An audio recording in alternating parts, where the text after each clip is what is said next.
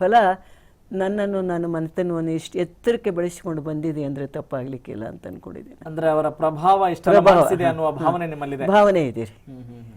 ಯಾಕೆಂತ ಈ ಮಾತು ಹೇಳ್ತಾ ಇದ್ದೇನೆಂದ್ರೆ ಬಹುಶಃ ಇವತ್ತು ನಮಗೆ ಮಾತಾಡೋದಕ್ಕೆ ಶಕ್ತಿ ಇಲ್ಲ. ಅಷ್ಟು ಬೆಳಿಗ್ಗೆ ನಾನು ಇವತ್ತು 4 ಗಂಟೆಗೆ ತುಮಕೂರಿಗೆ ಬಂದು ಅಲ್ಲಿಂದ ಸಿದ್ಧಗಂಗೆ ಮಠಕ್ಕೆ ಹೋಗಿ ಆ ಸ್ವಾಮೀಜಿಯವರನ್ನ ನೋಡಿದಾಗೆ ಅವರು ನಮ್ಮ ಜೊತೆಯಲ್ಲೇ ಇದ್ದಾರೆ, ನಮ್ಮನ್ನು ಬಿಟ್ಟು ಹೋಗಿಲ್ಲ ಅಂತಕ್ಕಂಥ ಭಾವನೆ ಉಕ್ಕಿ ಮತ್ತು ಭಾವುಕಳಾಗಿಬಿಟ್ಟೆ ನಾನು. ಇದರಲ್ಲಿ ಯಾವ ಅತಿಶಯೋಕ್ತಿ ಇಲ್ಲ. ಭಾವುಕಳಾಗಿಬಿಟ್ಟೆ ನಾನು. ಸಿದ್ಧಗಂಗೆ ಮಠ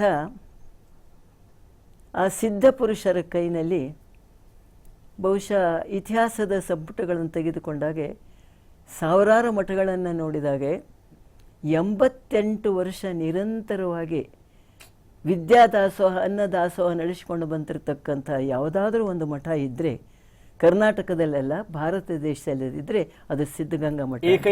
ಏಕೈಕ ಮಠ ಇವತ್ತಿನ ದಿವಸ. ಏಕೈಕ ಮಠ. ಪವಾಡ ಪುರುಷ ಅಂತ ಹೇಳ್ತಾ ಇದ್ದಾರೆ. ಪವಾಡದ ಪರಿಕಲ್ಪನೆ ನನ್ನ ದೃಷ್ಟಿಯಲ್ಲಿ ಯಾವ ವ್ಯಕ್ತಿ, ಯಾವ ಸಿದ್ಧ ಪುರುಷ, ನಮ್ಮ ಬಸವಣ್ಣ ಹೇಳಿದಂಗೆ ಕಾಯಕವೇ ಕೈಲಾಸ ಅಂತ ಹೇಳಿದಾಗೆ ಅವರು ಒಂದು ಬಿಡಿ ಕಾಸು ಇಲ್ಲದೆ ಪ್ರಾರಂಭ ಮಾಡಿದಂಥ ಒಂದು ಸಮಯದಲ್ಲಿ ಒಂದೇ ಒಂದು ಜ್ಞಾಪಕ ಬರ್ತಾ ಇದೆ. ನನಗೆ ಹೇಳ್ತಾ ಇದ್ರು ಅವರು, ಭಕ್ತರೆಲ್ಲ ಬಂದರು, ಸ್ವಾಮೀಜಿ ನಾಳೆ ಬೆಳಿಗ್ಗೆ ಏನೂ ಇಲ್ವಲ್ಲಪ್ಪ, ಮಕ್ಕಳೆಲ್ಲ ಇದ್ದಾರೆ, ಏನು ಮಾಡೋದು ಅಂತಂದ್ರಂತೆ. ಸುಮಾರು 45-50 ವರ್ಷದ ಹಿಂದೆ ನೆನಪುಗಳು ನನಗೆ ಇವತ್ತು. ಉದ್ದಾನ ಸ್ವಾಮಿ ಇದ್ದಾನೆ, ಮಲಿಕೋ ಹೋಗಪ್ಪ ನೀನು. ಉದ್ದಾನ ಸ್ವಾಮಿಗೆ ಇವರು ಗುರುಗಳು. ಉದ್ದಾನ ಸ್ವಾಮಿ ಉದ್ದಾನ ಸ್ವಾಮಿಗಳು ಇದ್ದಾರೆ, ನೀನು ಮಲಿಕೋ ಹೋಗಪ್ಪ ಅಂತಂದ್ರಂತೆ. ಸ್ವಾಮಿ ಇದ್ದಾನೆ ನೋಡೋಣ ಅಂತಂದ್ರಂತೆ.